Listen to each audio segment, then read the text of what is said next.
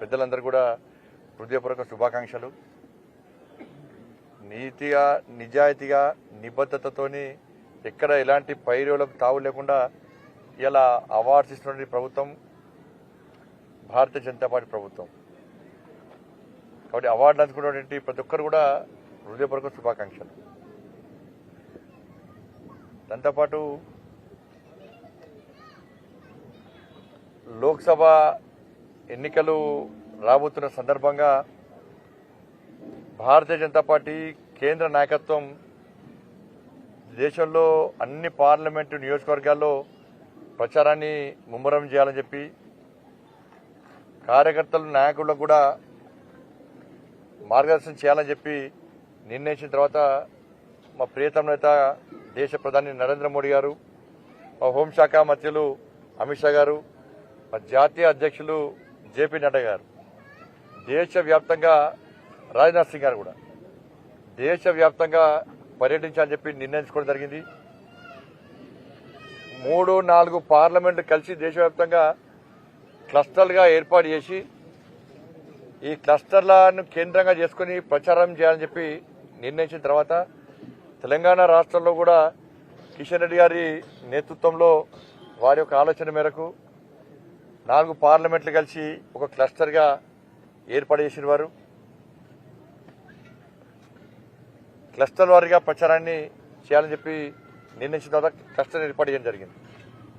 కాబట్టి ఎల్లుండి కేంద్ర హోంశాఖ మంత్రులు అమిత్ షా గారు తెలంగాణ రాష్ట్రానికి వస్తున్న సందర్భంగా ఈ క్లస్టర్లలో ప్రతిరోజు 3 కార్యక్రమాల్లో పాల్గొంటారు. 3 క్లస్టర్లో పాల్గొంటారు వారు.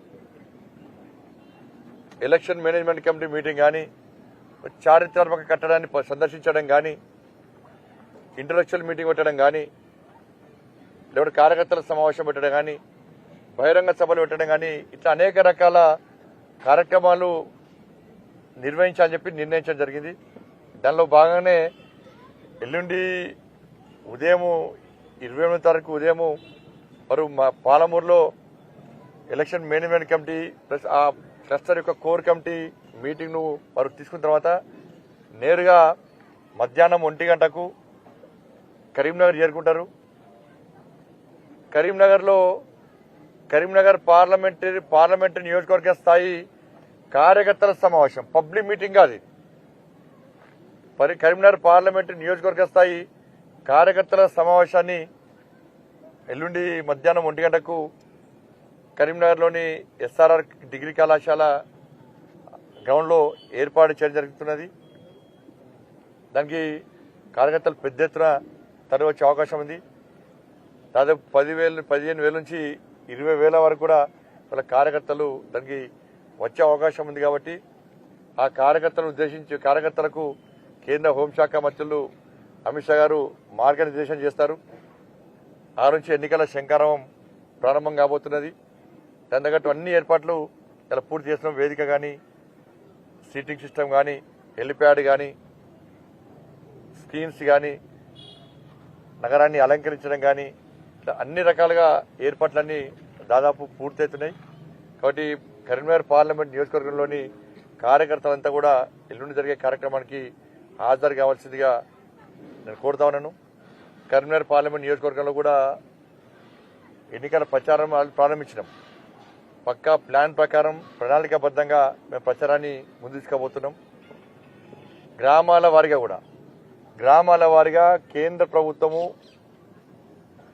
ఏ స్కీమ్ కింద ఎన్ని నిధులు ఇచ్చింది అనే పూర్తి వివరాలతో సహా వాళ్ళ గ్రామాల వారీగా మేము ప్రజలకు వివరించబోతున్నాం. మండలాల వారీగా, గ్రామాల వారీగా, మండలాల వారీగా, అసెంబ్లీ వారీగా కూడా పార్లమెంటు స్థాయిలో ఎన్ని నిధులు వచ్చినాయి కేంద్ర ప్రభుత్వం నుంచి, ఏ అభివృద్ధి కార్యక్రమాలు చేస్తాం, మేము ప్రజలకు ఏ విధంగా కేంద్ర ప్రభుత్వం సహకరించింది అన్న విషయాల్లో పూర్తి స్పష్టమైనటువంటి విషయాన్ని మన ప్రజలకు తెలియజేసే ప్రయత్నం చేస్తున్నాం. ఫిబ్రవరి 5వ తారీఖు నుంచి ఒక యాత్రను ప్రారంభిస్తున్నాం. యాత్ర గ్రామాల్లో నడుచుకుంటూ పాదయాత్ర చేయడం, గ్రామాలు దాటి తర్వాత ప్రజలు లేని సమయంలో ప్రజలు లేని ప్రాంతాల్లో వాహనాల ద్వారా పోవడం. దాదాపు 20 రోజుల పాటు ఈ కరీంనగర్ పార్లమెంట్ నియోజకవర్గంలోని దాదాపు అన్ని మండల కేంద్రాలను చుట్టుపక్కల ఉన్నటువంటి మేజర్ గ్రామ పంచాయతీలు కానీ దారిలో ఉన్నటువంటి గ్రామాల్లో ఉన్న ప్రజలను కలవడము, వాళ్ళతో మాట్లాడడము, సమావేశం నిర్వహించడము, వాళ్ళకి అన్ని విషయాలు చెప్పే ప్రయత్నం చేయడము, ఈ విధంగా మేము పూర్తిగా ప్లాన్ చేస్తున్నాం. దాని తర్వాత కూడా నాయకులందరం కూర్చొని కూడా ఇంకా ప్రచారాన్ని ఏ విధంగా ముమ్మరం చేయాలో ప్లాన్ చేస్తాం. మేము గవర్నర్ ప్రసంగాన్ని బీఆర్ఎస్ శ్రేణులు తప్పుపడుతున్నారు. గవర్నర్ వ్యవస్థ రద్దు చేయాలని కోరుతున్నారు. బీజేపీ ప్రతినిధిగా గవర్నర్ మాట్లాడుతున్నారు. ఇక వాళ్ళు అడుగులకు మడుగులు వస్తే గవర్నర్ మంచివాళ్ళు. బీఆర్ఎస్ పార్టీని ప్రజలు రద్దు చేశారు. గవర్నర్ వ్యవస్థను పూర్తిగా రాజ్యాంగానికి విరుద్ధంగా గవర్నర్ వ్యవస్థనే పూర్తిగా అవమానపరచడానికి మూర్ఖత్వ పార్టీ బీఆర్ఎస్ పార్టీ. అసెంబ్లీలో మాట్లాడే అవకాశం కాలే. ఒక లేడీ గవర్నర్, ఒక మహిళా గవర్నర్ కనీసం ఏదైనా పోతా అంటే కనీస సౌకర్యాలు కల్పించకుండా, కనీస రక్షణ కల్పించకుండా, ఏ ఆఫీసర్ కన్నా ఫోన్ చేసి ప్రజా సమస్యలు వారి దృష్టికి వస్తే ఆ సమస్యలను పరిష్కరించాలి, రాష్ట్ర ప్రభుత్వం తీసుకురావాలని చెప్పి ఒక ఆఫీసర్కి ఫోన్ చేస్తే కూడా ఆఫీసర్ స్పందించకుండా ఆఫీసర్లను, అధికారులను భయభ్రాంతులకు గురి చేసినటువంటి మూర్ఖత్వ పార్టీ, మూర్ఖ ప్రభుత్వం బీఆర్ఎస్ పార్టీ ప్రభుత్వం. రాజ్యాంగానికి విరుద్ధంగా వ్యవహరించే ప్రభుత్వం బీఆర్ఎస్ పార్టీ ప్రభుత్వం. మీరు రాజ్యాంగానికి విరుద్ధంగా మీరు వ్యవహరించారు కాబట్టి మీ కుటుంబం మీ కుటుంబాన్ని చూసి చీత్తు అని ప్రజలు తిరస్కరించారు.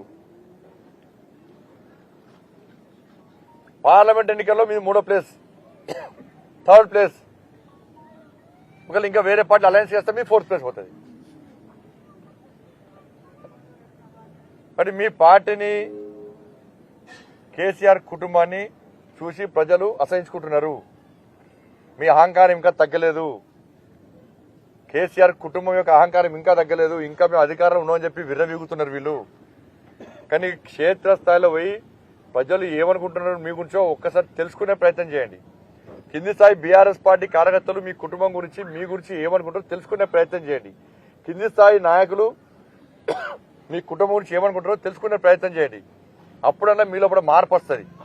ఇంకా మేము మా అయ్య ముఖ్యమంత్రి, మేము మంత్రులము, మేము ఏం చెప్పినా నడుస్తుంది, మేము గుండాగిరి చేస్తాం, మేము దాదాగిరి చేస్తామంటే ప్రజలు తిరగబడతారు అన్న విషయాన్ని కేసీఆర్ కుటుంబం గుర్తుంచుకోవాలి.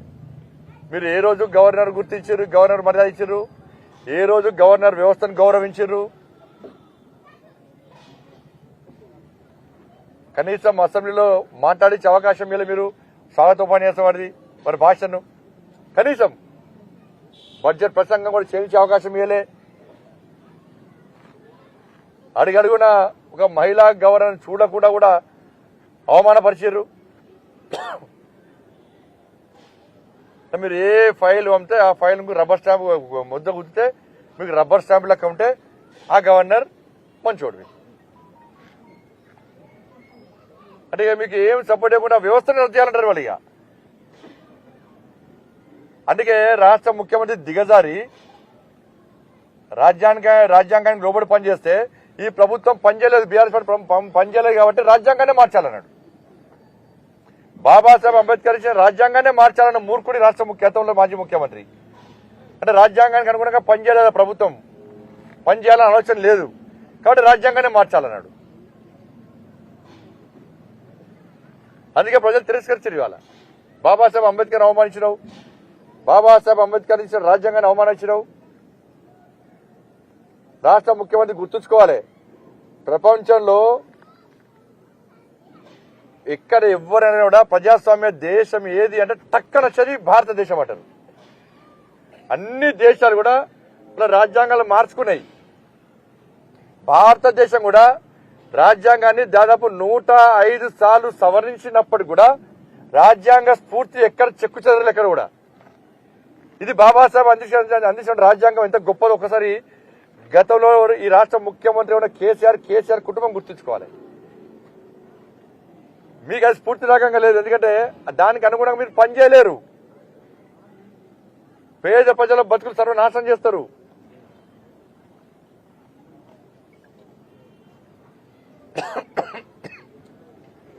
కాబట్టి వాళ్ళు గవర్నర్ వ్యవస్థ వద్దంటారు. రాష్ట్ర